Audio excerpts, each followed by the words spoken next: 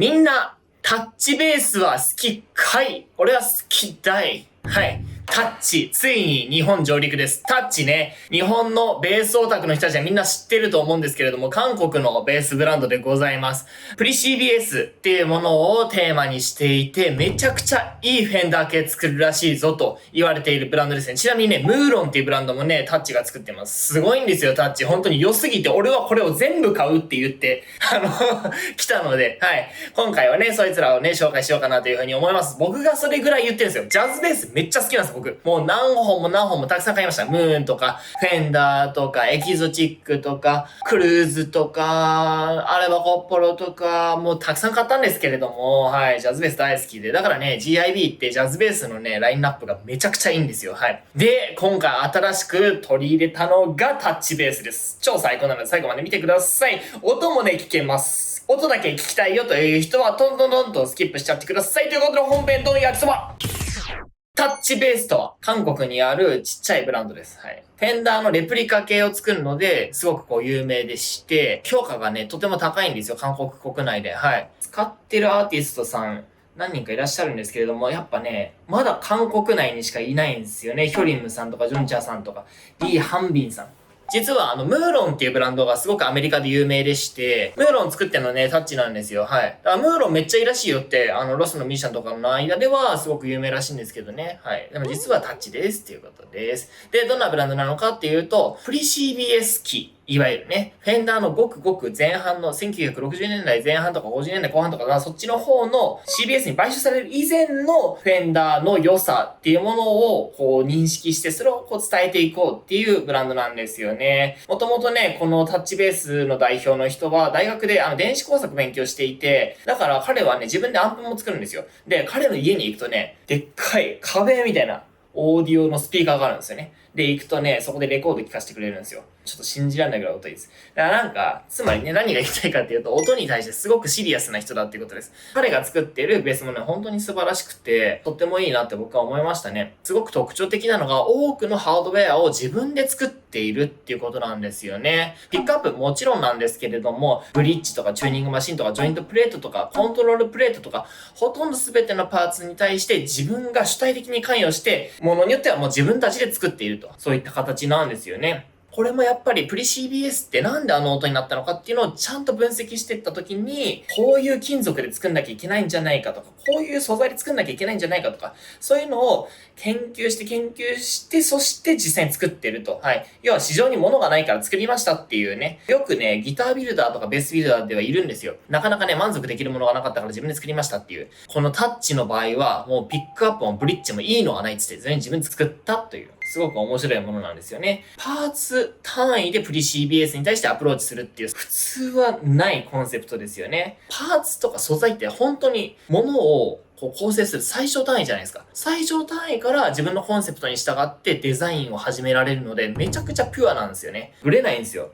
仕方なしに他社のね、出来合いの、例えばヒップショットを使います、音を使います。なんでかって。まあもちろんそれらが素晴らしいからっていう理由もあるんですけれども、ブリッジを作るって無理じゃない。木を削ることはできるけど、ブリッジを作ってまた全く違う分野じゃないですか。それがね、普通はできないんですけど、彼らはやってるんですよ。だからね、この金属の素材っていうものをね、サウンドスティールって呼んだりしてるんですよね。木材のことをギタービルダーたちはトーンウッドって呼んだりしますよね。こいつらが音を作るんだっていう。でも、タッチではね、金属すらそうです。サウンドスティールだと。普通じゃないでしょ、これは。タッチジャズとはっていうところなんですけど、見た目の通りね、タッチのジャズベースモデルだということで、今回ね、4本カスタムオーダーしてきました。普段はね、こんな一気にいっぱい入れないんですけど、まああまりにも素晴らしかったので入れました。大まかなスペックなんですけども、極めて普通のジャズベースです。例えばエキゾチックとかは、ウッドのね、ピックアップカバーがあったり、ジョイントの場所が少し違ったりさ、もしくは3ドッツとか菊池とか作動スキみたいなのはちょっとジョイントの角度がね、変えられてたり、まあそういったことがあるんですけれども、タッチジャズは極めて普通のジャズベースです。なぜなら、彼らがテーマにしてるのはプリ CBS フェンダーだからですよ。変えないんです、そこは。むしろどうやって再現するかっていう。ここまでやってるとこないです。で、塗装はもちろん全てニトロセルロースラッカーです。で、ピックアップはオリジナルのシングルコイルでブラックボビンだと。コントローラーはもちろん2ボリューム1と普通です。60年とかだとスタックノブだったりしますけどね。多分スタックノブもね、オーダーできると思いますよ。で、スケールはね、34インチで、ブリッジはもちろんオリジナルのスパイラルタイプ。チューニングマシンは逆巻き。語源はね、順巻きだったりします。ヴィンテージ志向なんですよね、これが。やっぱそこが大きい特徴かなと思います。ヴィンテージ志向って言っちゃうとなんか、すごくイージーな感じじゃないですか。だけど、こうガチなんで、さっきから説明してる通り。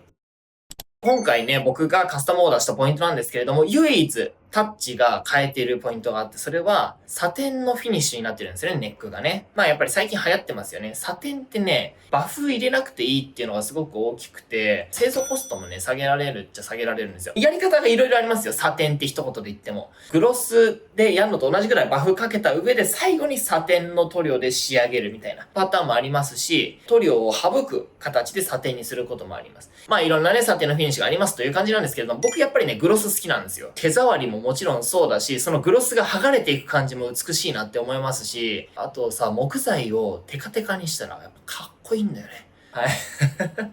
なので、ヴィンテージ志向っていうところですし、キャラクター付けを僕はね、タッチはもっとこう、ヴィンテージって感じにしたかったから、グロスフィニッシュにしました。見た目的にもね、そうですし、聞く人によってはサウンド的にもヴィンテージっぽく感じるっていう方もいましたね。ネックをグロスで仕上げること以外については僕は一切ね、触れてないです。このタッチ、本当に素晴らしいなと思って弾いて、何も変えてほしいことがなかったんですよ。僕ね、ギターブランドには、あんまりごちゃごちゃ言わないようにしてたんですよ、昔。それは、僕が口出ししすぎると、数パーセント僕のキャラクターが入っちゃうんですよね。それはさ、ちょっとギターブランドにとってピュアじゃないんじゃないかと思ってた時あったんだけど、僕たちって物を売るビジネスじゃないですか。ビジネス的な観点を彼らが持っている、その信念とかアート的なところにちょっと混ぜてあげないと、結局売れなくて継続できないんですよ。飯食わなきゃいけないんで。だからね、僕普段は結構ね、もうちょっと色こうしてほしいなとか、このフレット良くないよとかね、よく言ったりするんですよ。はい。なんですけれども、タッチに関してはね、本当にほとんど何も変えてないです。その唯一ネックをグロスにするってことだけですね。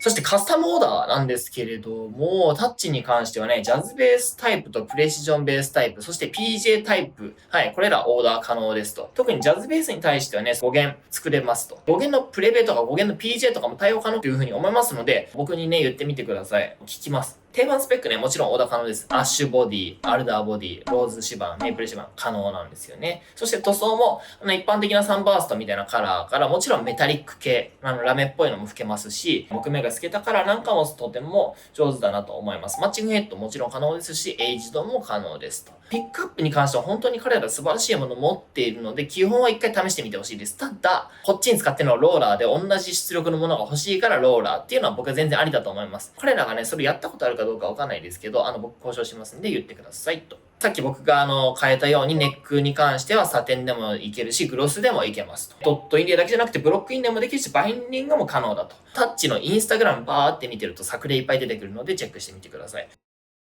入荷した4本どんなスペックかと言いますと、まず1本目、4弦のジャズベですね。アルダーローズでキャンディアップルレッド。はい、一番かっこいい色が。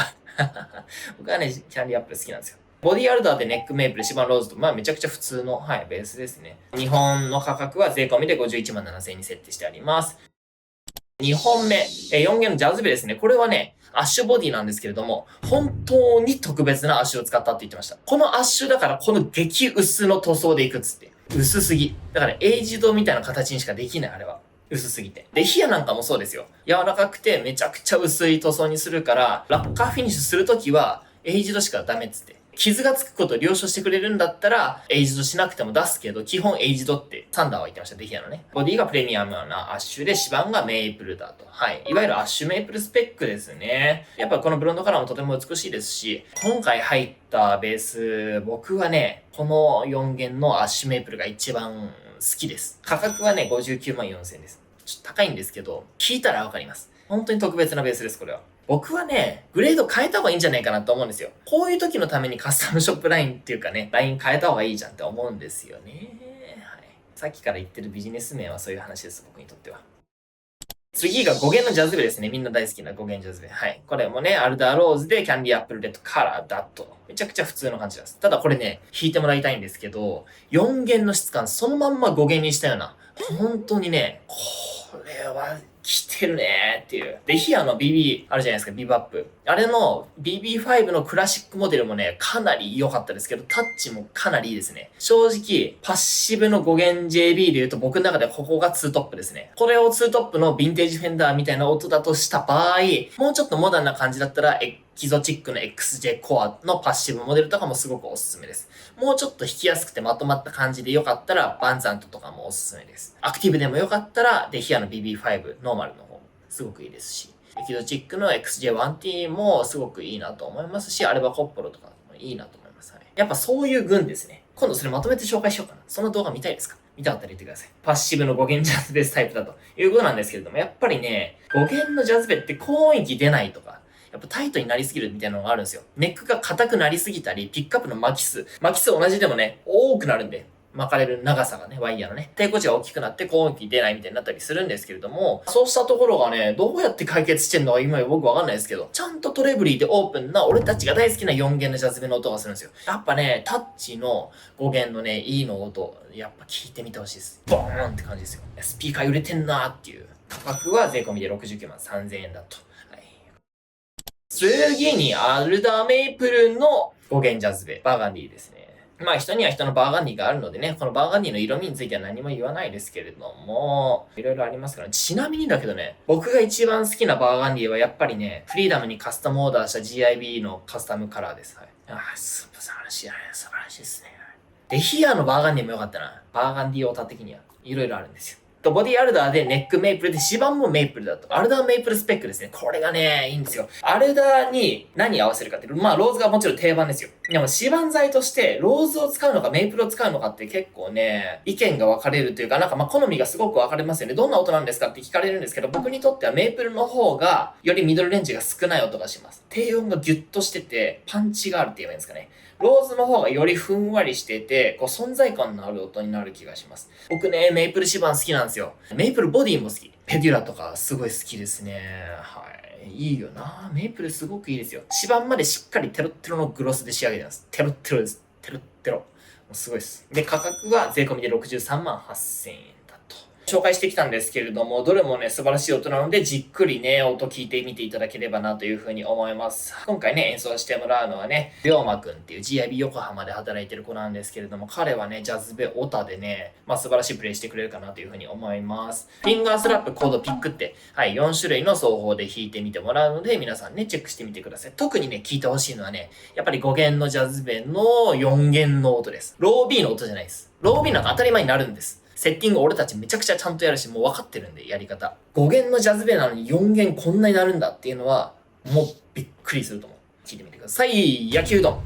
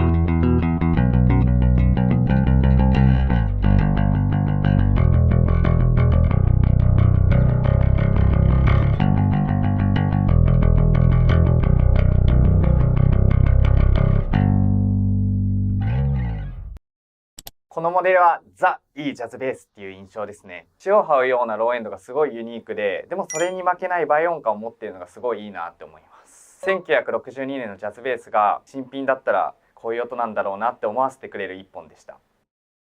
このモデルはアルダーローズよりダイナミックな印象ですね。ゴリッとしたミドルレンジがすごい特徴的で、やっぱりスラップが気持ちいいなと思わせてくれます。いわゆる70年代後半のジャズベースの印象とは少し違いますね。もし50年代前半にジャズベースが生まれてたらこういう音なんだろうなって思わせてくれる一本でした。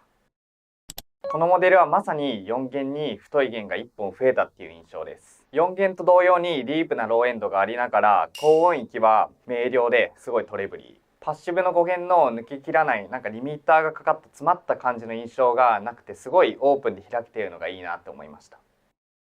このモデルは一番バランスがいいなって思いましたね。ローズシバンのモデルと比べるとやはり明瞭だなっていう印象です。ちゃんとジャズベースらしいいい音ながら抜けのいいミドルレンジがすごくよく耳に届くなって思いました。ポップスなんかで一番扱いやすそうなのはこれだと思います。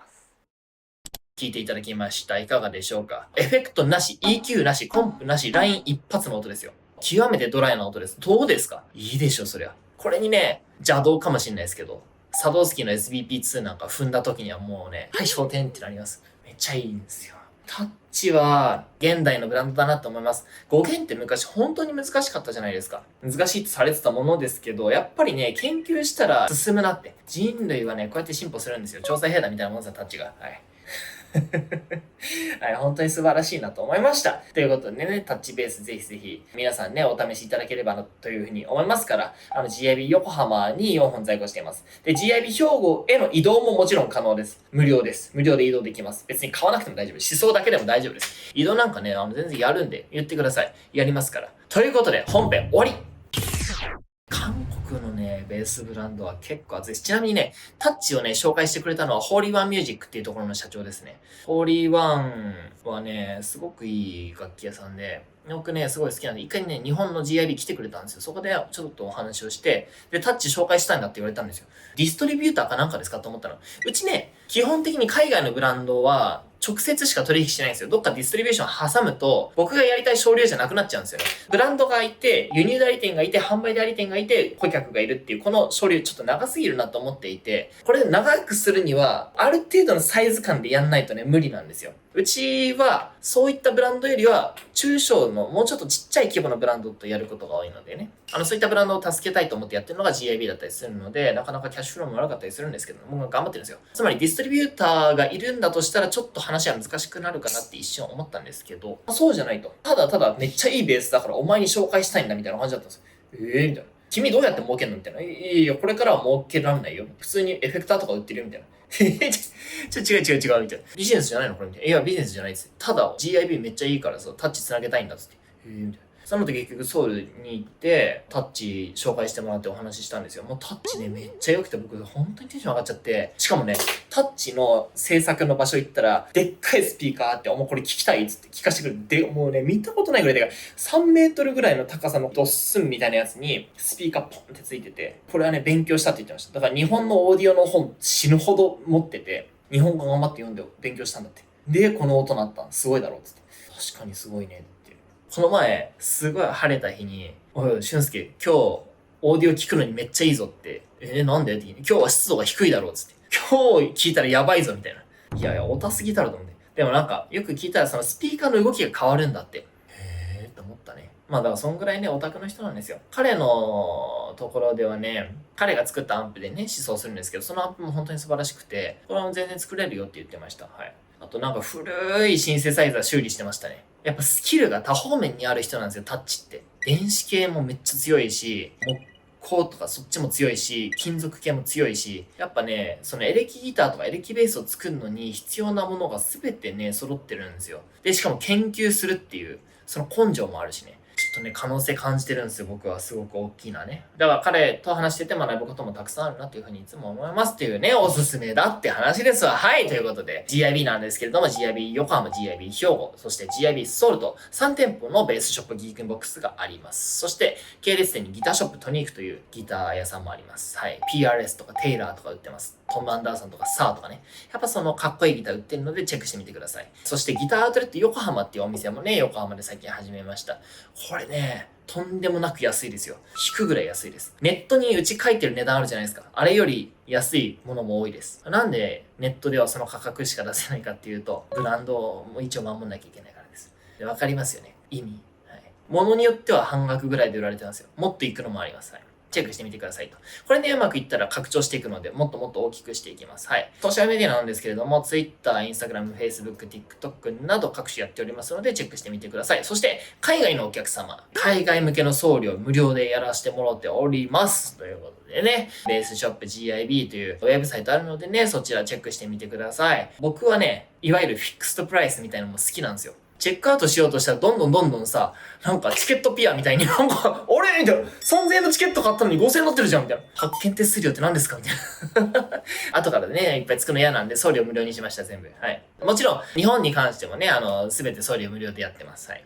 送料無料がいいじゃないですか、やっぱ。っていう感じです。いかがでしょうか。最近ね、ショート動画たくさん出してるんですけれども、こういう長編動画をもっとやっていきたいなというふうに思っておりますからね、皆様ぜひぜひご期待ください。こんな動画見たいよとか言ってくれれば、またね、たくさん作りたいと思っておりますから、チェックしてみてください。そして、ベースギークカレッジ。ベーシストの関谷智隆さんと始めたベースギークカレッジですね。はい。本当にね、素晴らしいものになっていて、ベースオタクのためのコミュニティですね。はい。演奏のプロの関谷さんと機材のプロの僕が一緒に動画作るんですよ。これ YouTube だとね、できないんです。なんでかっていうと、あんまりにもマニアックすぎて数字出ないんですよ。YouTube って、プロモーションのためにやってるから、ある程度数字が出ないとね、採算取れないんですよ。でも、ベースギークカレッジはありがたいことにユーザーの皆様からお金をいただいてやっておりますので、お金があるから作れる動画があるんですよね。めちゃくちゃ面白いですよ。関谷さん家にあるベース全部弾いてもらうとかね。プロにレコーディングしてもらうんですよ。わざわざ。しかも最高級の機材でね。で、同じアンサンブルの中でね、コントラバスとエレキベースどう音が違うのか、プレシジョンとジャズベースどういう風に音が違うのか。これは面白いですよ。本当に面白いです。はい。この間さ、アツトさんに撮ってもらった動画あるじゃないですか。聴き比べのやつ。あれもね、すごく面白かったですけどね、その関谷さん版もめちゃくちゃ面白かったです。はい。なんか将来的にはベースマガジンのね、スタッフの人とかのインタビューとかできたらいいなと思ったりします。面白いじゃないそういうの。なのでね、ぜひぜひ入ってみてください。GIB のね、商品割引になるっていうのもあります。買い取り金額のアップとかね。だから、一瞬入ってやめたらいいんですよ。ダダリを100セットとか買ってやめたらいいんですよ。そしたらお得じゃないですか。そういうこう、ハックできる隙間もね、僕は作りたかったんですよ。だから GIB での割引っていうものも入れました。先行販売とか限定の割引もありますから、まあチェックしてみてください。あと他にクローズドな質問箱とかあります。かなり濃厚に答えています。いろんな機能あるのでね、詳しくは概要欄でリンク見てみてくださいっていう感じです。ということで、最後までご視聴いただいてありがとうございました。また次の動画でお会いしましょう。バイバイ。